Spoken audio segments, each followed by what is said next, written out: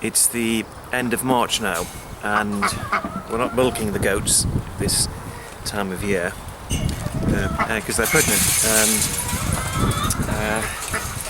therefore we don't have a fresh milk supply, but we do have a supply of goat's cheese back at the house, which we made last year, and in the recipe I'm going to show you next.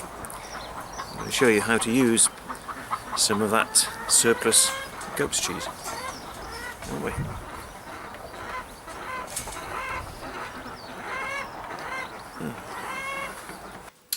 This is part of one of the cheeses that we made last year. Now it is the end of March now, so this cheese is very mature, very strong taste on it, and we're going to use this cheese up, or some of this, to make a cheese pudding. Now the other ingredients we need are a couple of eggs, and these are a couple of our duck eggs that were laid just a few days ago.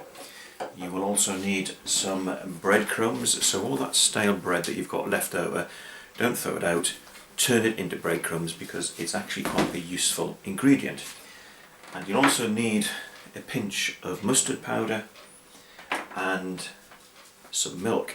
Now sadly this milk is not milk that we produced ourselves, it is from the supermarket, and at this time of year, because we're not milking the goats, then we don't have a direct supply of our own home produced milk. But what we're planning to do later this year is simply freeze some of the fresh milk so that we've then got a supply of liquid milk in the new year and in the winter and the spring. But that has come from the supermarket. But if you want to make a cheese pudding, this is what you have to do. Into a mixing bowl, put your 2 eggs and then beat them, and then add in some breadcrumbs and cheese, which is now grated,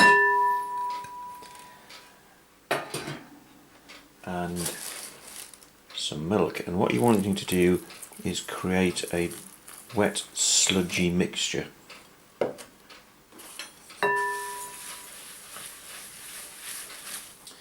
So this is the consistency that we're after, a bit like porridge, and all we've got to do now in terms of ingredients is to add a 1/4 teaspoonful of mustard powder. I've rubbed butter over the inside of this baking tray, and that means I can now add in the mix. As you can see, quite a sludge there. And I've also put the oven on to 190 degrees.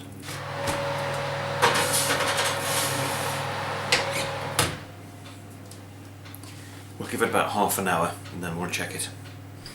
It's had just over half an hour in the oven, so it's going to give it a check.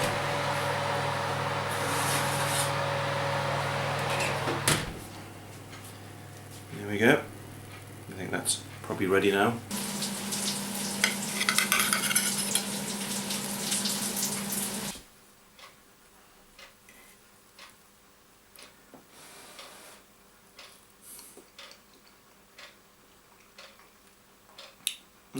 Actually, that's not too bad. I had a slight fear when I took it out of the oven that it was a bit too soggy, but it's not too bad. You certainly taste the goat's cheese as well. So.